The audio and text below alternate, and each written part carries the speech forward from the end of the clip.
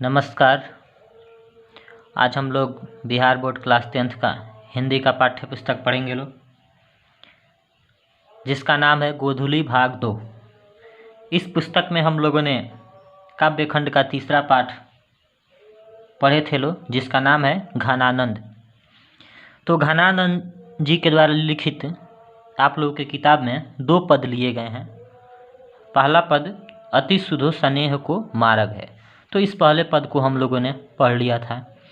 और जो दूसरा पद है मोह आंसुआ निहि लई बरसौ, ये जो दूसरा पद है ये बाकी लग गया था। इसको हम लोग इस वीडियो में देखेंगे लोग। तो पहले वीडियो में हम लोगों ने पढ़ा था, घनानंद जी ने बताया था कि जो प्रेम का जो मार्ग है वो अत्यंत सरल है, अत्यंत सीधा है। उस मार्ग पर थोड़ी भी चतुराई नहीं है और थोड़ा सा भी टेढ़ापन नहीं है। तो उसको पहले पद को व्याख्या करने की आवश्यकता नहीं है। यहाँ पे आप लोग पिछले वीडियो से देख सकते हैं लोग, वहाँ पे इसको काफ़ी अच्छा से इसका व्याख्या करवाया गया है। ये जो दूसरा पद है मोह आंसुआ निहि लई बरसो, इसको हम लोग आज देखेंगे लोग। तो आखिर घनानंद जी ने इस दूसरे पद में क्या लिखा है?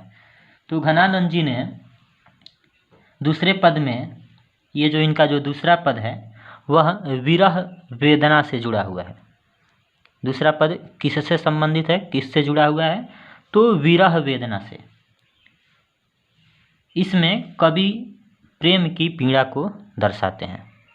ये जो दूसरा पद है यह विरह वेदना से जुड़ा हुआ है और इस पद में कवि प्रेम की पीड़ा को, प्रेम की दुख का वर्णन करते हैं, इसको दर्शाते हैं। कहने का अर्थ है घनानंद जी को जब अपनी प्रेमिका सुजान से विराग हो जाता है। आप लोग जैसा कि जानते हैं लोग, इन्होंने सुजान के ऊपर ये सारी कविताएं लिखी हैं घनानंद जी ने। इसकी चर्चा हुई थी पिछले क्लास में।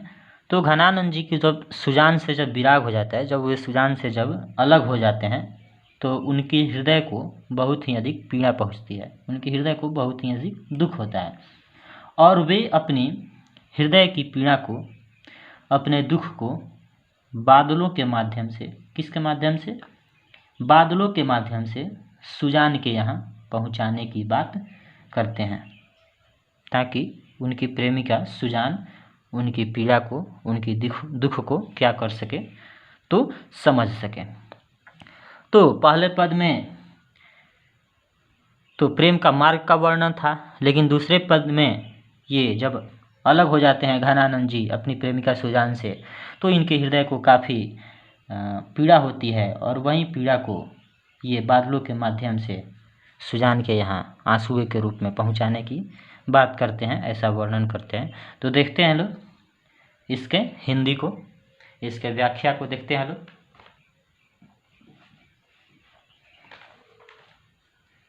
इसको पढ़ा जाए। पर काजहि देह को धारी फिरौ, पर जन्य जथारथ होई दर्शौ, निधि निर्सुधा की समान करौ, सबहि विधि सज्जनता सरसौ। ये सवैया छंद में लिखा गया है, ये भी सवैया छंद में लिखा गया था। कविताओं को छंद में लिखा जाता है, तो छंद के अलग अलग प्रकार होते हैं, जैसे दोहा, सोरठा, रोला, सवैया। तो ये सवैया छंद में लिखा गया है। कहने का अर्थ है ये क्या बता रहे हैं घनानंद जी, यहाँ पे क्या लिख रहे हैं? कह रहे हैं पर काजहि देह को धारी फिरो। पर काजहि, पर का मतलब होता है पराया, काजहि का मतलब होता है कार्य, यानी कि दूसरों के कार्य के लिए, दूसरों के कार्य के लिए, दूसरों के फायदे के लिए। देह शरीर, धारी अर्थात धारण करते हैं। कौन? तो परजन्य, परजन्य का मतलब होता है बादल, यानी कि जो कह रहे हैं कि हे बादल पर काजहि, यानी कि तुम पर के कार्य के लिए, दूसरे व्यक्ति के कार्य के लिए, दूसरे के फायदे के लिए देह को धारी फिरो। देह को क्या करते हो? धारण करते हो। कहने का अर्थ है जैसे बादल छोटे छोटे वाष्प कणों से मिल करके बनता है, शरीर को धारण करता है, तो आखिर वो किसके लिए धारण करता है? अपने लिए तो नहीं करता है, वो प्रकृति के प्यास को बुझाता है, वो दूसरे किसी को प्यास को बुझाता है, प्रकृति की सेवा करता है। सारे सजीव जो जीव जंतु हैं या जो भी फसल है सभी बादलों पर निर्भर रहते हैं, यानी कि दूसरों पर वह बादल जो है वह उपकार ही करने का कार्य करता है। तो घनानंद जी कहते हैं पर काजहि देह को धारी फिरो, यानी कि दूसरे के लिए तुम देह को धारण करते हो, पर्जन्य बादल। जथारथ, जथारथ का मतलब होता है यथार्थ। दर्शव, दर्शव का मतलब होता है दर्शन दो।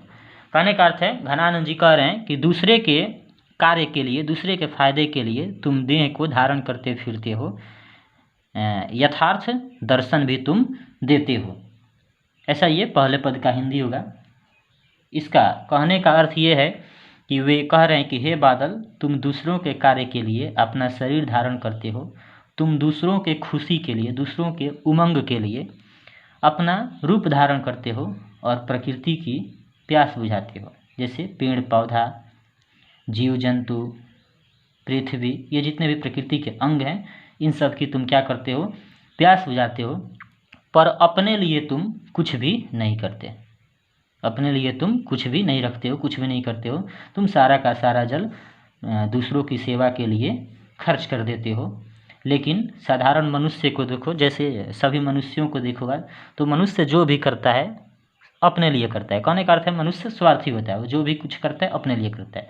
अगर घर भी बनाता है तो अपने लिए बनाता है, कुछ खाना पीना हो तो भी अपने ही लिए करता है, जो भी करता है अपने लिए करता है। तो इसीलिए ये अपना संदेश जो है, सुजान के यहाँ जो संदेश है वो किसके माध्यम से पहुँचाना चाहते हैं? अपने प्रेमिका सुजान के यहाँ अपना संदेश बादलों के माध्यम से पहुँचाना चाहते हैं, क्योंकि बादल जो है वह उपकारी होता है, वह परोपकार पर निर्भर होता है। तो ये कह रहे हैं कि दूसरे के कार्य के लिए तुम देह को धारण करते हो, दूसरे के कार्य के लिए तुम अपने शरीर को, अपने देह को क्या करते हो, धारण करते हो, और यथार्थ उनको जैसा चाहिए ठीक उसी प्रकार उनको दर्शन भी तुम देते हो। आगे ये क्या कह रहे हैं, निधि नीर सुधा की समान करो। निधि का मतलब होता है संपत्ति, नीर का मतलब होता है जल, सुधा का मतलब होता है अमृत। कहने का अर्थ है कि जल रूपी निधि को, संपत्ति, निधि का मतलब संपत्ति, जल रूपी संपत्ति को सुधा की समान करो, सुधा के समान कर देते हो, अमृत के समान कर देते हो। ये बादल से कह रहे हैं कि जल रूपी जो संपत्ति है उसको तुम सुधा के समान कर देते हो, अमृत के समान कर देते हो। सभई विधि सज्जनता सरसव, सभई विधि, सभी विधि से, सभी तरीके से सज्जनता को ही सरसव, रस बरसाते हो। रस, सरसव का मतलब होता है रस बरसाना। कहने का अर्थ है घनानंद जी कहते हैं कि तुम जल रूपी संपत्ति को अमृत की समान कर देते हो, तुम सब विधि से, सब तरीके से सज्जनता रूपी रस को ही बरसाते हो, यानी कि सज्जनता का ही तुम परिचय देते हो। कवि के कहने का अर्थ है कि तुम दूसरे के लिए शरीर धारण करते हो, प्रकृति की प्यास बुझाते हो, जल रूपी जो संपत्ति है उसको अमृत के समान तुम कर देते हो, पर अपने लिए तुम कुछ भी नहीं करते, यहाँ तक कि तुम अपने अस्तित्व को भी खत्म कर लेते हो। यानी कि जैसे ही बारिश होती है, बादल खत्म होता है, मौसम क्या हो जाता है, साफ हो जाता है, यानी कि अपने अस्तित्व को भी बादल खत्म कर लेता है। और ये कह रहे हैं कि यहाँ तक कि तुम केवल और केवल दूसरों की भलाई ही करते हो और सज्जनता का रस बरसाते हो। सज्जन का काम क्या होता है? सज्जन व्यक्तियों का काम होता है उपकार करना, दूसरों की भलाई ही करना। जैसे महर्षि दयानंद सरस्वती हो गए, महात्मा गांधी हो गए, तो ये सभी देश के जो महान जो नेता हैं। तो कहने का अर्थ है जो सज्जन लोग हैं, जो साधु लोग हैं, तो ये कह रहे हैं, घनानंद जी कह रहे हैं कि जल रूपी संपत्ति को अमृत के समान कर देते हो और सब विधि से, सब तरीके से तुम सज्जनता सरसव अर्थात सज्जनता रूपी रस को ही तुम क्या करते हो, बरसाते हो। आगे कह रहे हैं घन आनंद जीवन दायक हो कछु मेरी यो पीर ही पर सौ कब हुआ विशासी सुजान के आंगन मो आशुवानी ही लई बरसो। कहने का अर्थ है घन आनंद, यानी कि अपने आप को घनानंद कह रहे हैं, जीवनदायक हो, यानी कि तुम जीवनदायक हो। बादलों को कह रहे हैं कि हे बादल तुम क्या हो, जीवनदायक हो, लोगों को जीवन देने वाले हो। कछु कुछ भी, मेरी हो यानी कि मेरा भी, पीर यानी कि दर्द पीड़ा, ही यानी कि हृदय की, परसव का मतलब होता है स्पर्श करना, छूना। कह रहे हैं कि हे बादल तुम तो जीवनदायक हो, कुछ मेरे भी पीर को, कुछ मेरे भी पीड़ा को, दर्द को, किसके पीड़ा को, तो ही अर्थात हृदय की पीड़ा को परसव छू स्पर्श करो। कहने का अर्थ है, ये कह रहे हैं कि हे बादल, तुम तो जीवन दाता हो, जीवनदायक हो, कुछ मेरे भी हृदय की पीड़ा को तुम क्या करो, समझो, उसको स्पर्श करो। कवि के कहने का अर्थ है कि तुम जीवन देने वाले हो, अगर तुम इस प्रकृति पर उपकार न करो तो सारे सजीव, सारे जीव जंतु मृत पड़ जाएंगे, लेकिन तुम ऐसा होने नहीं देते हो, बल्कि तुम उन पर क्या करते हो, कृपा करते हो। अतः मेरे हृदय की भी पीड़ा को तुम, मेरे हृदय की भी विरह वेदना को, मेरे हृदय के दुख को भी तुम समझो और उसको स्पर्श करो, यानी कि तुम उसको समझने का काम करो। यानी कि ये बादलों के माध्यम से क्या कहना चाह रहे हैं, तो देखते हैं क्या कहना चाह रहे हैं। ये कह रहे हैं बादलों के माध्यम से, ये कह रहे हैं कि कुछ मेरे भी हृदय की पीड़ा को तुम स्पर्श करो, उसको समझो। आगे क्या कह रहे हैं बादल से, कबहू व विशासी सुजान के आंगन। कबहू यानी कि कभी भी तो, विशासी, विशासी का मतलब होता है विश्वासी, विश्वास, जिस पर विश्वास हो। सुजान के आंगन यानी कि सुजान के घर, सुजान के आंगन में, जो उनकी प्रेमिका थी घनानंद जी की सुजान। मोह यानी कि मेरे, आंसुआ नहीं यानी कि आंसुओं को, मेरे आंसुओं को ले करके बरसो बरसो। कह रहे हैं कि हे बादल, तुम तो जीवनदायक हो, कुछ मेरे भी हृदय की पीड़ा को, हृदय की दर्द को समझो। कबहू आ विश्वासी सुजान के आंगन, और कभी भी मेरे विश्वासी, जिस पर मुझे विश्वास है, कभी भी मेरी विश्वासी सुजान के आंगन में, मेरी प्रेमिका सुजान के आंगन में मोह आंसुआ नहीं लई बरसो, मेरे आंसुओं को लेकर के बरसो।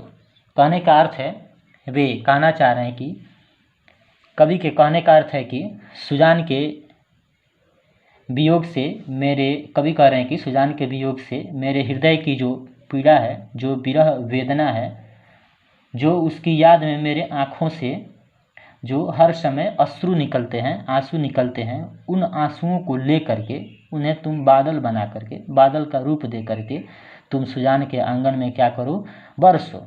मेरे आंसुओं को बादल बना करके तुम सुजान के आंगन में बरसो, ताकि वह मेरे अश्रु रूपी बारिश को, मेरे आंसू रूपी बारिश को देख करके सुजान मेरे हृदय की पीड़ा को, मेरे हृदय के जो दुख है उसको सुजान क्या कर सके, समझ सके, क्योंकि तुम तो जीवनदायक हो, इसलिए ये जो मेरा काम है ये तुम ही कर सकते हो। तो ऐसे ये अपना सब कुछ उस पर सर्वस्व न्यौछावर कर चुके हैं, त्याग कर चुके हैं, और ऐसी बादलों से ये क्या करते हैं, उपेक्षा करते हैं। तो ये कह रहे हैं कि कबहू अविश्वासी सुजान के आंगन, कभी तो मेरी विश्वासी सुजान के आंगन में मोह आंसू नहीं लई बरसो, मेरे आंसुओं को लेकर के क्या करो, बरसो, ताकि मेरी आंसू रूपी बारिश को देख करके सुजान मेरे हृदय की पीड़ा को क्या कर सके, समझ सके। तो ये जो आप लोगों को घनानंद जी द्वारा विरचित जो 2 पद था, तो दोनों पद आज ख़त्म हुआ। मिलते हैं हम लोग अगले वीडियो में, जो आप लोगों को अगला चैप्टर है, चौथा चैप्टर प्रेम घन स्वदेशी, तो उसको हम लोग पढ़ते हैं लोग। अगर किसी भी प्रकार की किसी को अगर दिक्कत हो तो कमेंट बॉक्स में लिख सकता है, और अगर कुछ चीज़ की जानकारी चाहिए तो पूछ सकता है।